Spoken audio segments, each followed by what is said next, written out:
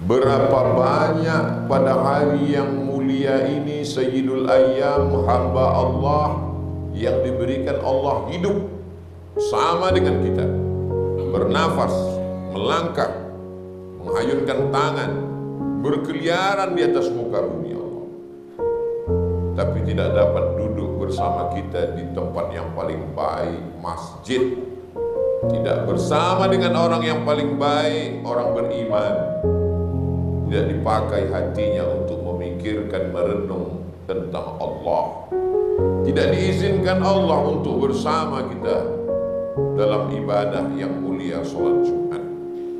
Apa yang kurang dari mereka? Badannya sehat, yang dicabut Allah dari dirinya adalah istiqomah iman dan Islam. Itulah yang paling mulia dalam hidup. Karena kalau hanya sekedar hidup sehat, binatang pun hidup. Dicabut Allah Subhanahu wa ta'ala istiqamah. Wali-wali Allah itu mengatakan al-istiqamah khairum min alfi karamah. Satu istiqamah lebih baik daripada 1000 karamah.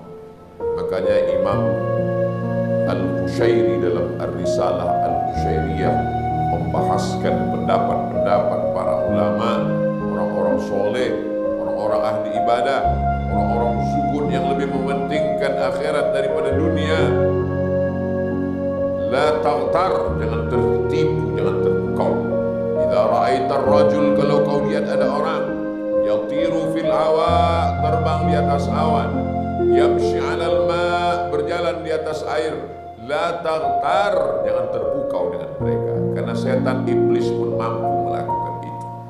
Tapi pandanglah bagaimana mereka melaksanakan perintah Allah dan menjauhi larangan Allah Subhanahu wa ta'ala. Hari ini kita dapat melaksanakan sholat Jumat, mendengar khutbah, melangkahkan kaki, mengayunkan tangan, lisan bertasbih, bertahmid, bertakbir, maka itu nikmat yang besar. Syukuri dengan alhamdulillahi rabbil alamin. Berterima kasih kepada Rasulullah yang mengajarkan kita dengan mengucapkan Allahumma salli ala Sayyidina Muhammad wa ala ali Sayyidina Muhammad. Man lam yashkurin nas lam yashkurillah. Siapa yang tidak berterima kasih kepada manusia, maka dia tidak bersyukur kepada Allah Subhanahu wa ta'ala. Di hari yang baik, di bulan yang baik, dengan penuh kemuliaan, setiap hembusan nafas bernilai tasbih, setiap langkah kaki bernilai tahmid, setiap lintasan pikiran bernilai takbir. Kita ingin supaya semua gerak kita ini bernilai ibadah kepada Allah, karena memang untuk itu kita diciptakan. Wa ma khalaqtul jinna wal insa illa liya'budun. Tidaklah aku ciptakan jin dan manusia itu kecuali untuk beribadah kepada Allah Subhanahu wa ta'ala. Kalaulah hidup ini hanya untuk beribadah, lalu bagaimana dengan mencari nafkah? Kalau hidup ini hanya untuk beribadah, bagaimana dengan bercocok tanam, mencari ikan, mengurus dunia, yang bekerja di kantor? Disitulah rahmah, Rahman, Rahim Allah Subhanahu wa ta'ala. Seorang laki-laki yang menjaga tokonya, kerjanya, dagangannya, dia bernilai ibadah kalau dia niatkan keluar rumah, bismillah tawakkaltu 'ala Allah, la haula wala quwwata illa billah. At-tajirus saduqul amin.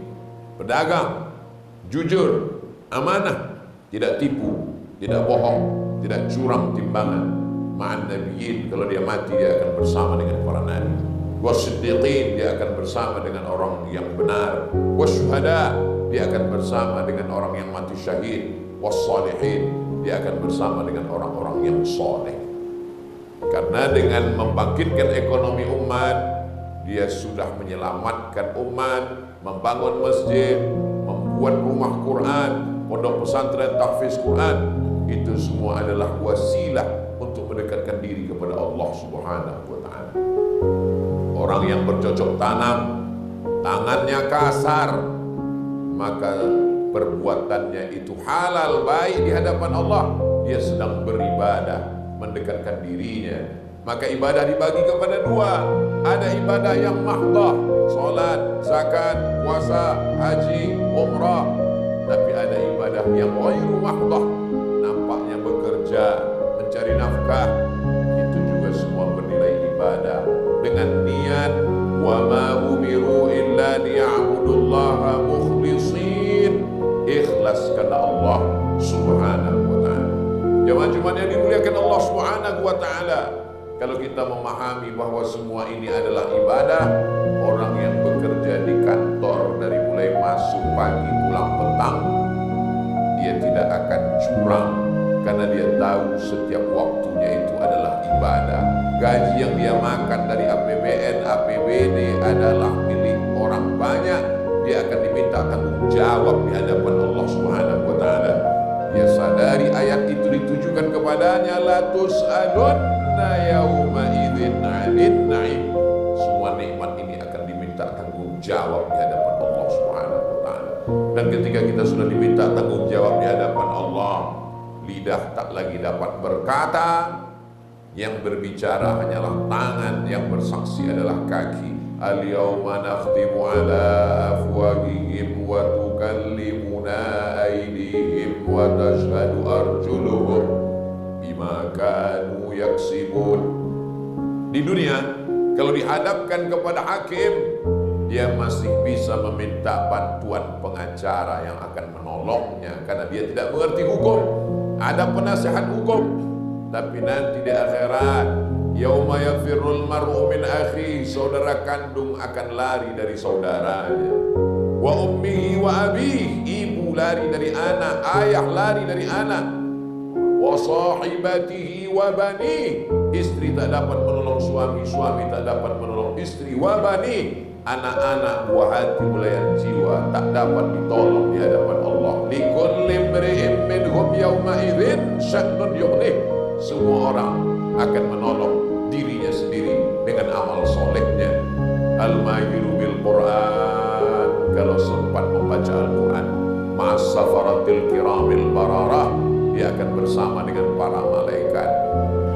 Iqra'ul Quran, bacalah Quran, fa innahu ya'ti yaumal qiyamah. Quran akan datang pada hari kiamat, syafi'an li ashabih, memberikan syafaat kepada orang-orang yang membacanya. Kalau sempat membaca salawat, Allahumma sholli ala sayyidina Muhammad wa ala ali sayyidina Muhammad, aqrabu majlisan, mereka orang paling dekat dengan Nabi. Siapa mereka? Aktsaruhum salatan, karena mereka paling banyak bersolawat. Apalagi di hari Jumat, aktsirus salata alayya, perbanyaklah salawat kamu pada hari Jumat kepadaku. Inna salatakum ma'rudatun alayya, salawat kamu itu akan dibawa oleh para malaikat ke kuburku, diperlihatkan kepada aku, kata Nabi Muhammad SAW. Sahabat bertanya, kaifa salatuna ma'rudatun alaika wa qad arimta, bagaimana mungkin salawat kami dibawa kepada engkau, engkau sudah meninggal dunia, jasadmu, dagingmu, kulitmu, darahmu sudah membusuk dimakan cacing tanah ya Rasulullah. Nabi menjawab, innallaha harramal arda ajsadal anbiya, Allah mengharamkan tanah memakan jasad para nabi. Hari ini kita berkumpul di masjid jauh di belahan timur Indonesia, tapi kemudian amal kita itu dilihat oleh Rasulullah SAW. Akan ada orang di akhir zaman, mereka tidak pernah melihat aku, mereka tidak pernah berperang bersamaku, mereka tidak ikut bersamaku di saat aku hidup, tapi mereka percaya kepadaku. Mereka yang disebutkan 14 abad yang lalu itu adalah kita. Kita yang tak pernah hidup bersamanya, yang tak pernah melihat dia, yang tak pernah berjuang bersamanya, tapi kita menyebut namanya sehari semalam. Asyhadu an la ilaha illallah wa asyhadu anna Muhammadan Rasulullah. Itu yang kita ajarkan ke anak kita. Belum lagi anak itu berjalan, belum anak itu besar, belum lagi dia dapat berkata-kata, kulitnya masih merah, baru keluar dari rahim istri, kita bisikkan ke telinganya, asyhadu an la ilaha illallah. Setelah itu kita bisikkan nama Rasulullah, asyhadu an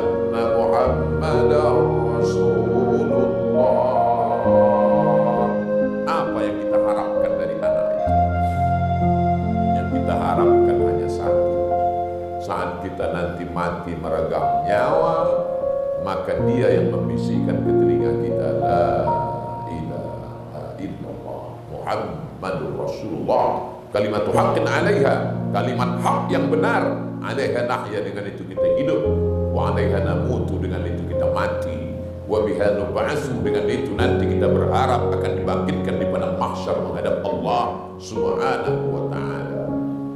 Hidup ini ibarat di tengah laut, karangnya tajam, anginnya puting beliung, dipukul ombak, dihempas gelombang. Banyak perahu yang tenggelam, pecah, terdampar. Hanya orang-orang yang istiqomah yang sampai ke tujuan. Mengapa kita mesti sholat subuh, zuhur, asar, maghrib, isya, duha, tahajud, witir? Supaya istiqomah. Mengapa kita mesti bersaudara, berteman, bersahabat dengan orang baik-baik? Agar istiqomah. Mengapa kita watawasau bil haq watawasau bis sabr? Jangan minum khamar, jangan berzina, jangan riba, jangan namimah, jangan riba, supaya istiqomah. Kalau ada kawan sahabat yang masih mengingatkan, sudahkah engkau sholat?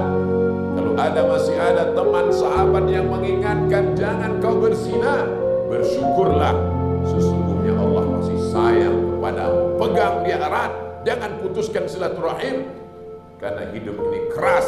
Banyak kawan bersenang, banyak teman tertawa, tapi tak banyak yang mengingatkan kita tentang kebaikan-kebaikan.